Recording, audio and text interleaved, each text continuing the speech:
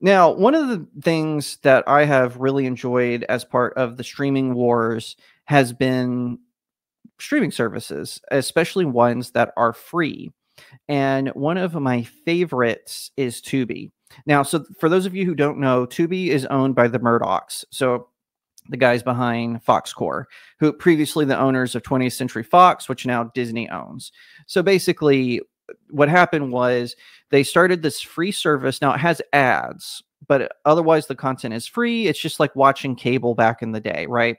And I love Tubi. I watch several shows on there. They've got a lot of great niche 90s films, some great TV shows that which I enjoy a great deal. They have really good true crime documentaries. Sometimes they have some stinkers of their with their original content, but otherwise I think it's good. I watched my first ever restaurant reality show in Kitchen Commando, which I loved. I thought it was a fantastic show. And basically what happened was when Tubi was formed, it didn't really have that much. It only had basically what Fox had. But then Rupert Murdoch, he sold 20th Century Fox to Bob Iger for a hefty paycheck. And then Bob Iger was all excited because he's like, I've got new content for Hulu and Disney Plus. But then Rupert Murdoch turned around and used that money to buy a bunch of smaller film studios, specifically so he could increase the amount of TV shows and films on there. So it went from having just sort of niche documentaries, some,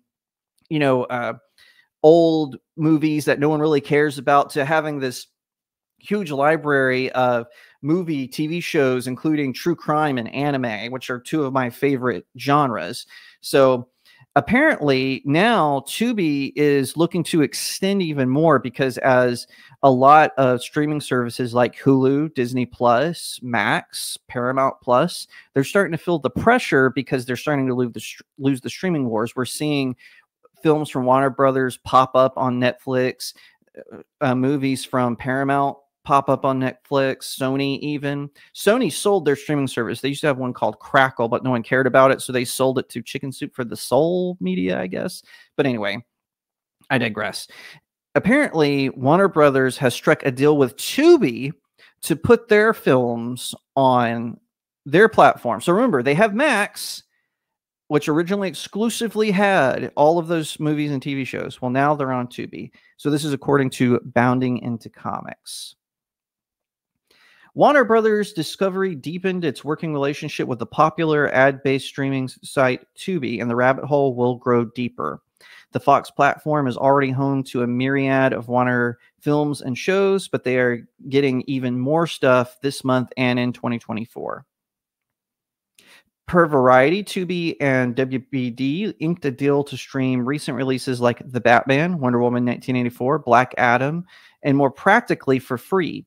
Those other titles, including Aquaman, Suicide Squad, Birds of Prey, and Green Lantern, plus TV series Batwoman, Gotham, and Lois and Clark, The New Adventures of Superman, are joining the on-demand lineup. Vintage selections such as Batman, Batman Returns, Batman Forever, Superman the Movie, and Constantine are currently available, along with the short-lived shows Swamp Thing and Krypton.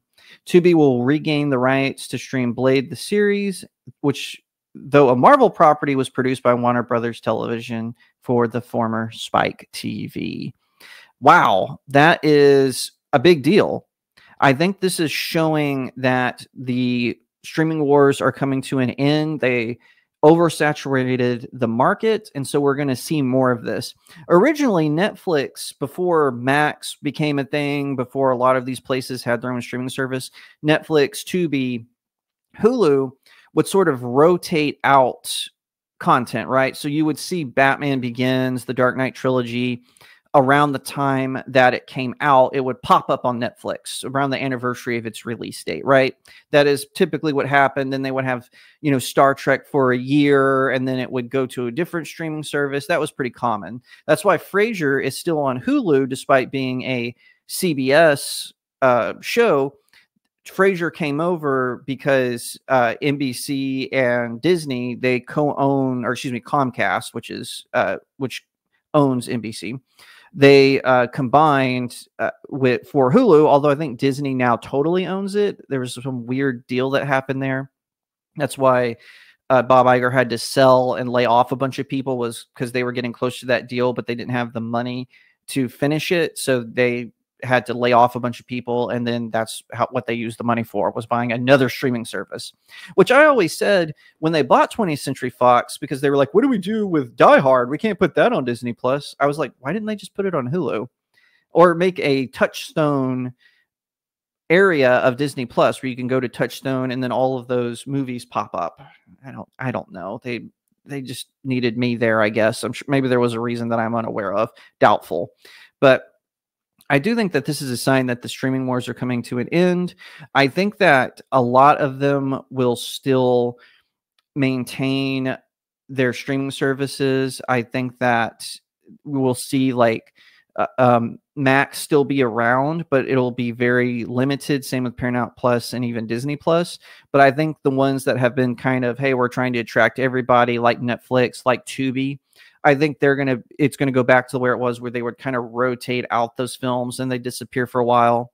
Thank you so much for watching this video. I hope that you'll give it a thumbs up, that you'll leave me a comment, tell me what you think, that you'll share it out with your friends, and of course, consider subscribing to StudioJake. I cover all kinds of nerd and pop culture topics, including film, television, anime, comic books, and so much more. I hope that you'll also head over to my main website, StudioJakeMedia.com, where I have even more news, views, and commentary. Also, if you'd like to support the channel, head over to my locals page. That's studiojakemedia.locals.com. It's the best way to support me. I'm trying to build a little community there. I have exclusive reviews and articles, so definitely head over there and check it out. And I'll see you next time right here on Studio Jake.